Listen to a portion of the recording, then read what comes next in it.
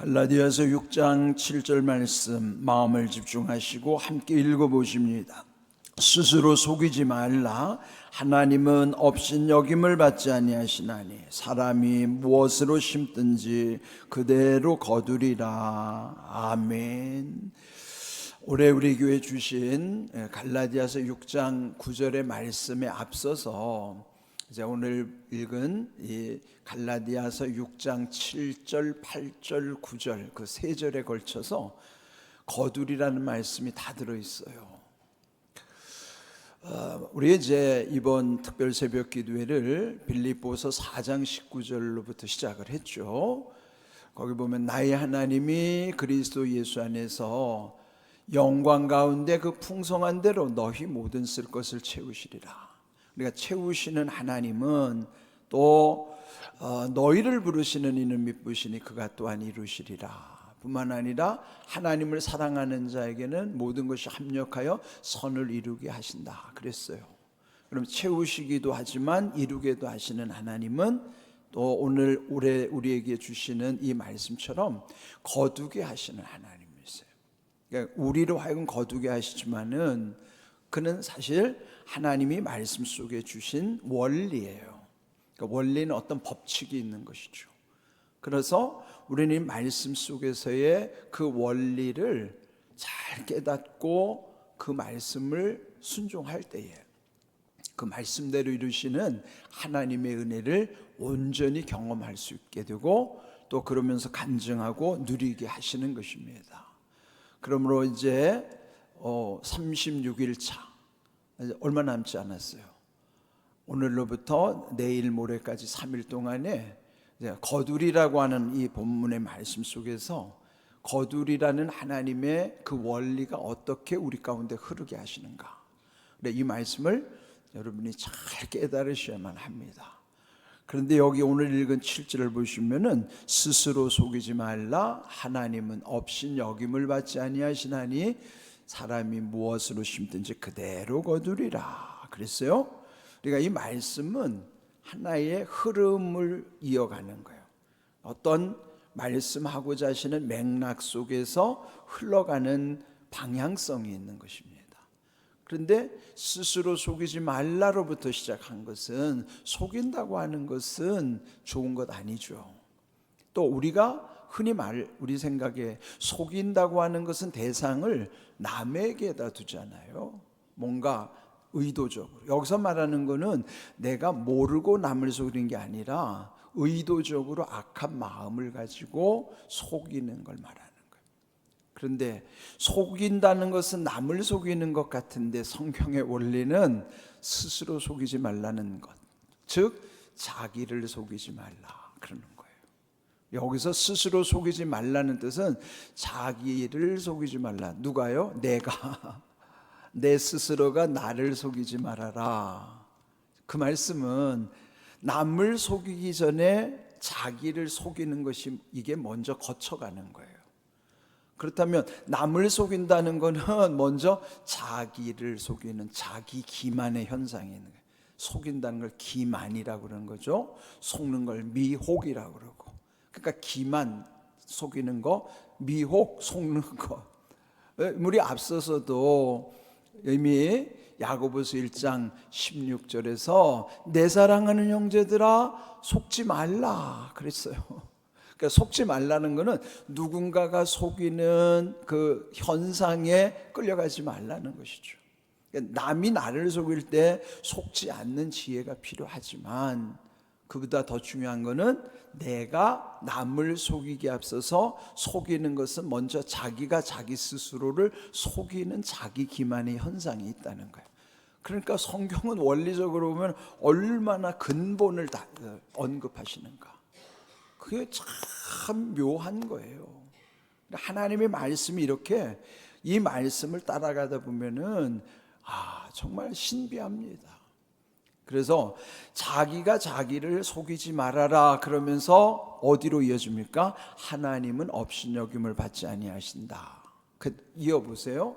자기가 자기를 속이는 것뿐만 아니라 모든 속이는 현상은 하나님을 업신여기는 행위라. 업신여긴 게 뭐예요? 무시하는 거예요. 우리 입장을 바꿔놓고 생각해보세요. 누가 나를 업신여길 때, 나를 무시할 때, 다시 말하면 내가 업신여김을 받거나 업신여김을 당할 때, 무시를 당할 때 어떻습니까? 하나님도 그렇다는 거예요. 우리가 하나님을 업신여기지 않는 것 같죠? 그렇지 않아요. 우리 이런 속이는 현상 속에는 하나님을 무시하는 현상이에요. 이게 하나님을 업신여기는 일이라고요. 그게 얼마나 큰 이 불경한 일이고 하나님 앞에 큰 죄인가를. 그래서 여기 오늘 이 주신 말씀 속에서 하나님을 업신여기는 것은 이게 얼마나 큰, 우리가 이거를 사소하게 여기는데 얼마나 큰 죄인지를 먼저 알아야 됩니다. 그러면 업신여김을 받지 아니하시는 하나님 앞에 그냥 우리가 업신여기는 행위로 사는 게 그게 어리석은 일이죠. 그 자체가 얼마나 하나님 앞에 이 불경한 죄인가를 우리가 깨닫지 못하니까. 물론 그런다고 해서 하나님이 업신여김을 당하시지도 않지만은 그 자체가 하나님을 업신여기는 행위라는 걸 알라는 거예요. 하나님 업신여김을 받지 아니하시나니, 그 다음이 중요하죠. 사람이 무엇으로 심든지 그대로 거두리라. 오늘 제목이 그대로 거두리라. 앞에 중요한 것은 무엇을 심든지라는 거예요. 그러니까 무엇을 심든지라는 건 우리 속담에도 팥 심은 데 팥 나고 콩 심은 데 콩 나는 거 너무 당연하죠. 그는 우리 경험에도 팥을 심었으니 팥을 거두는 것이고 콩을 심었으면 콩 거두는 것이 너무나 당연한 것을 받아들이는데, 그럼 만약에 내가 심지 않은 엉뚱한 걸 거둔다 그러면은 우리가 그걸 어떻게 혼란스러워서 살아갈 수 있겠어요? 그는 하나님이 이런 원리와 원리 속에 질서를 세워놓으시는 거예요. 그처럼 무엇을 심든지라는 것은 이미 앞에서 속이는 현상이라는 것, 이 나쁜 것 심는 걸 전제로 해서 그 반대로 좋은 것을 심는 것도 마찬가지다, 그런 의미예요. 하나를 통해서 또 다른 하나를 깨우친다면은 스스로 속이는 것, 그 나쁜 건데 그걸로 심으면 그거로 거둔다. 그러나 무엇을 심든지 속에는 나쁜 것을 심는 것, 그것을 경계하면서 반대로 좋은 것을 심는 것도 우리에게 생각하게 하시는 거예요. 그렇다면은 여기 거두는 법칙에 있어 그대로 거둔다고 하는 것은 뭐예요? 그 심은 그대로가 나온다는 거죠. 좋은 것 심은 사람은 좋은 것 거두고 나쁜 것 악한 것 심은 사람은 꼭 그대로 또 거두게 하시는 하나님의 원리예요.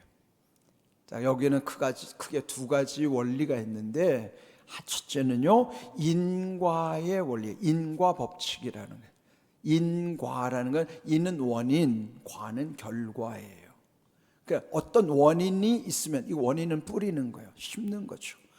그러면은 그 원인의 결과가 나타나는 거, 이거는 심은 대로 거두는 것, 이게 결과라 말이죠. 그러니까 인생사 모든 것은 인과 법칙 속에서 살아가는 거예요. 자, 그렇다면 인과의 원리와 그 법칙이 첫 번째라면, 두 번째로는 뭐예요? 되로 주고 말로 받는 원칙이에요.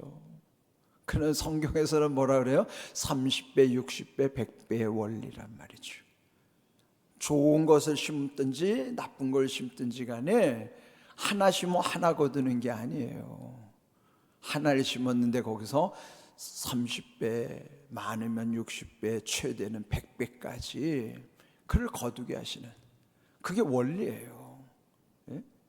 그러니까 인과의 원리와 또 되로 주고 말로 받는 원리, 즉 30배, 60배, 100배의 원리가 함께 작동하는 거예요.